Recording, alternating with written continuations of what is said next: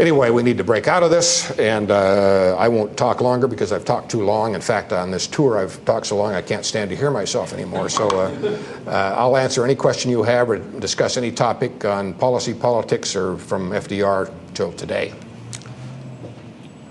Anybody? John Hamer, you're a guy, you're a newsie. I have a microphone. Okay, all right. And he who holds the microphone controls the discussion. You know that. Okay, you go ahead then. But I want to ask you, I'm going to start by asking you, as somebody who values you largely because, from your experience, you've managed to carry a strong commitment to the system and to our democratic processes, which overrides almost everything else. Sure. Is that true? Yeah. That's why I get excited about our discussions. And I remember in your book you talk about a time when one of the candidates you were supporting, I can't remember which one it was, ran out of money, and someone wrote him a $100,000 loan, which was a lot of money in that time.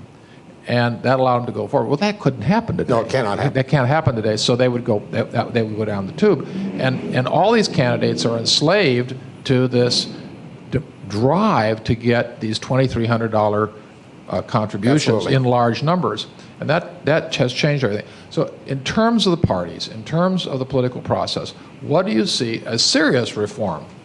Yeah, I've got several proposals. In my perfect world on campaign finance reform, I would make all contributions to the two parties in the general election, and the monies would be dispensed by the parties to the candidates. I would not make individual candidate contributions. I would cap them at a slightly higher level so that people could make more generous contributions, whether they be individuals or labor or business or other entities, but all publicly reported, so there'd be no hiding it. Thirdly, in presidential elections, I would make the general elections dependent upon public financing so they have equal sums of money. And the other thing I would do to police the expenditures, because there's always underground money, and I explain in the book how foreign money flows in and can flow in, and all kinds of dirty money can flow into campaigns without being caught or policed. I would cap the amount of media spending that could be done by the general election candidates, because that's the most easily monitored and reported thing. If you were cheating there, if you're excessing the caps, you're caught very easily. And that's probably the most single vital thing that takes place in a general election, because the media campaigns in a national election outweigh everything else. I would do away with the Electoral College once and for all, and have the president elected by popular vote. We've now 4 times had minority presidents. We keep saying we're going to fix the system, we never do. And the cynicism that is bred by that kind of outcome, I think, is very destructive of the system. Many Democrats live by the myth that George Bush, quote, stole the election in 2000. He did not at all. I mean, I discussed that in the book. But because Al Gore won a majority of votes, there's a feeling that something unfair took place. Well, here we are, 2008. Nothing has happened to change it. How many times are we going to repeat this? What it will take is a next president who cares about it and says, we're going to get this done now and in my term. It takes leadership to do that kind of thing, and the first thing you should do is bring in the leaders of both houses of Congress to effect it. Those are some immediate and tangible things I would do to try to clean up the... Okay, Ted, now let me challenge you a little bit. I don't agree with all the things. Yeah. So I certainly agree with the part about giving a tax deduction or credit or something, contributions to the political parties. I don't know how else to strengthen the political parties. But in terms of public finance, of the final campaign and the capping of the spending and so on, how in our system, under the present Supreme Court rulings, do you stop these political parties, even with this money, from being swamped by the outside 527? Yeah, and I would do away with the 527s. How? I think they were created by law. They can be disestablished by law.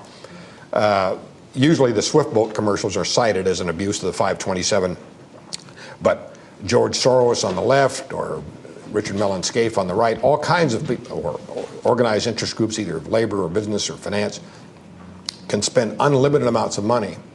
And I've got to tell you, this idea that they're independent and have no contact with the campaigns is a lie. Of course they do. There's no doubt about it. And the candidates are always looking for ways that somebody else can spend the money that they're prohibited from spending because of some regulation or other. So I would outlaw the 527s. I thought it was a terrible idea in the first place. It should never have been allowed to happen. How do you do it? You introduce legislation doing away with them. Yeah, but you have a Constitution that says free speech. No, the Constitution said 527 is okay, but it was legislatively done. You can introduce new legislation saying we're not going to have these things anymore. Yeah. Professor Hamer. Oh, hardly, Ted. Well, as you know, having been a member of my organization, the Washington News Council, I mean, I think the news media, have a huge effect on everything that goes on here. I guess I'd kind of like to get your assessment of their current role in this campaign. Journalists love to deplore what Jack Schaefer of Slate.com has, I'm not sure he originated, but the horse racism, coverage of the horse race rather than coverage of the issues. And yet this year, the horse race, in some ways, is the story. I mean, it's the most interesting part of it. I don't know, general comments on that, and also a lot of people are saying Barack is not getting scrutiny to the degree that he should, and maybe would be if he were, I don't know, of the other party perhaps. And at the same time, McCain may be getting favorable coverage because he buddies up with the press. They seem to love him. I think you're probably right on both those counts, as well as some others. There's a syndrome in the national campaigns that always takes place. First of all, the political reporters who understand only the horse race. I mean, they don't understand substantive issues at all. And the talking heads on the cable channels, that's all they understand is the horse race, and that's what they cover. And they usually cover it in unison. Gene McCarthy had a phrase he used to describe as birds on a telephone wire syndrome, and that's true. When one flies off, they all fly off. They all parrot the same theme. And if you watch regularly, and now I'm semi-retired, so I watch quite a bit. If you watch regularly CNN or Fox or MSNBC, these guys are, first of all, most of them don't know much, but even those who do really are talking about the horse race or rumor, who's up, who's down, is there going to be a change in campaign managers, what are the exit polls showing us, everything is mechanistic. The other thing that happens is campaigns, as the general election candidates emerge or come close to emerging, for the first time usually economic reporters, foreign policy specialists, others get into the mix and begin to do a little looking. Usually too late. I mean, looking into someone's substantive background ought to be important, but it usually doesn't come to a second phase. The third thing is, probing of character of candidates. Seldom is thoroughly. John McCain, I spent a lot of time in Arizona, so it just happens that I know a lot about John McCain, more than the usual observer does. John McCain's had a romance with national political journalists dating back to his Straight Talk Express. They like his outspokenness, his irreverence, and so on. One interesting thing was the Straight Talk Express in 2000, all Arizona reporters were banned because John didn't want the national media polluted by the knowledge that Arizona reporters would bring to the Straight Talk Express. I'm not going to give an anti-McCain commercial here. Suffice it to say that there are strong facts in McCain's background that are going to hurt him greatly when he gets to a general campaign that the media haven't even touched yet. And they are all previously exposed in Arizona. They've been well known there. He's done a lot of things. But the national media are so in love with John's straight talk quote, they don't want to pay attention to it. And I would, if I were still on the active list as either Hillary or Obama's policy directors, I've been in other campaigns, I would be licking my chops right now knowing what I could use in future on John McCain. On Obama, it's quite true. He has a less record than does Hillary by comparison in some respects. He's got a very liberal voting record in the Congress. He did some things in the Illinois legislature. He's had some hearings and taken some initiatives in the Congress. He's there prematurely.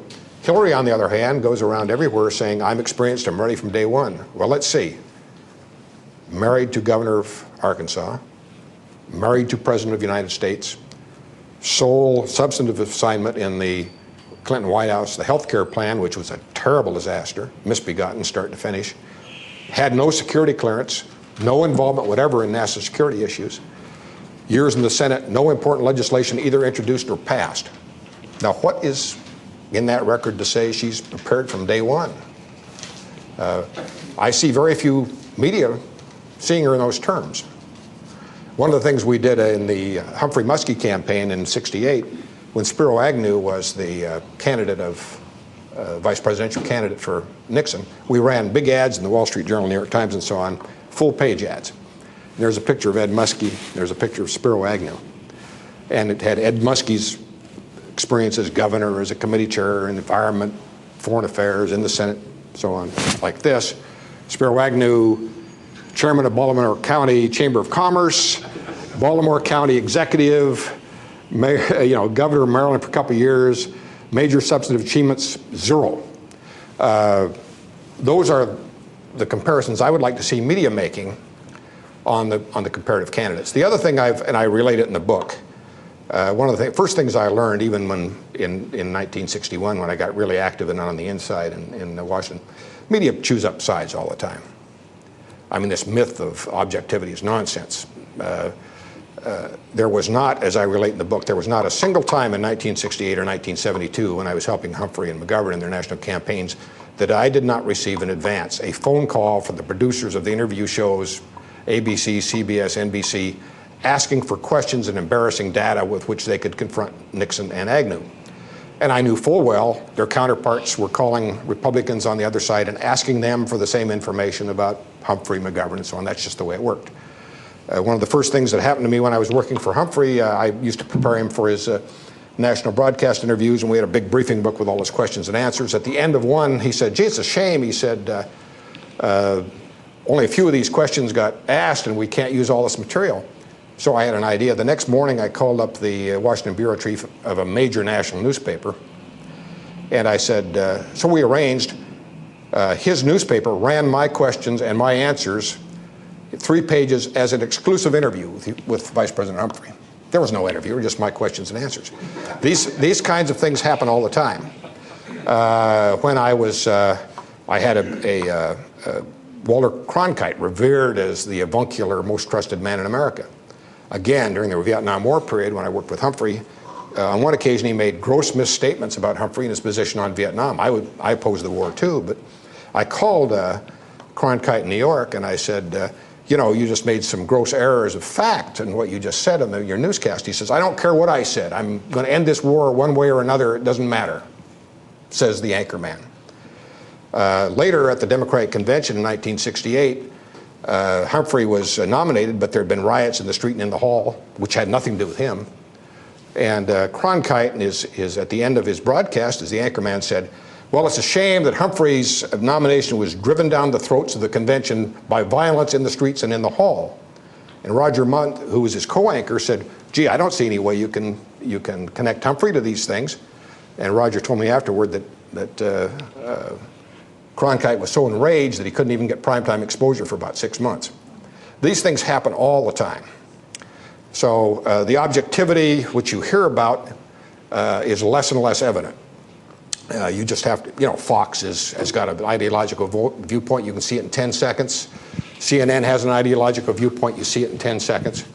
But the worst offense is that, as one of the anchor person said a couple years ago, the major failing of the talking heads on the news channels is they don't know anything. They don't know anything about politics. They don't know anything about public policy. They know about the horse race. They know about gossip. And that's it. I'll close on this media thing by saying that there were, at the end of 2006, and I cite it in the book, 3 national polls which drew my attention. One showed that 50% of the American people, after being subjected to weeks of nonstop media coverage during the hurricane in the Gulf states, had no idea of the geographic locations either of New Orleans or Louisiana. Another poll at the end of the same year showed that nearly 50% of the American people believe that the 9/11 bombings were an inside job undertaken with complicity of U.S. government officials. Another poll showed that fully 50% of the American people in the same time period believed that weapons of mass destruction indeed were still present in Iraq. Well, first, education, there are lots of reasons for this dumbing down. Blogs, failed education system, a lot of other factors. But mainstream media do bear some responsibility. And another thing that's happened, of course, in the media is that because they've changed and the 3 national networks and the 3 news weeklies and the few national dailies no longer have the provide us with the common information base they once did, people increasingly rely on blogs, vertical special interest publications, often prepared by people who either don't know what they're doing or have really kind of sinister motivations. And as the society dumbs down, we're making worse and worse decisions. So one of the dilemmas of the media, we're talking this a little bit beforehand, is the role that daily newspapers once played has really changed. My view, and I told the PI this before I left them, my view of daily newspapers is that the one thing they can bring their local community is hard coverage of local news. People can't get it anywhere else. Instead, they have tried to compete and all be, they've compete with People Magazine or Entertainment Tonight. Everything is softer, everything is lifestyle. They're almost as bad as the local news. You can watch any of the 3 network channels here in Seattle for a week and get 5 minutes of hard news. It's all car wrecks, weather, sports, product plugs dropped in now and then, which the viewer doesn't recognize. It's entertainment and propaganda. It's no longer news. So this is something where we really need, I'm going back to Columbia next month to participate in a seminar on some of this stuff at the journalism school, but this is the thing that really disappoints me in the media. And you're trying to do something about it, I know, but there are a few others. Bruce? Thank you very much, Ted. And I want to say that a word on behalf of the maligned, the maligned blogosphere that you just criticized. You're going to be on it with this show. Okay. And maybe Cablevision as well. So, bloggers beware. Present company accepted, right? Well, look, I write for Crosscut, which is kind of a blog. It is. You're absolutely. But it's a good blog. You're absolutely right. Yeah. This is a great book. It's a great entertainment, and I knew it would be an entertaining and informative and valuable speech, and it was. And thank you so much. Thank you for having me, Bruce.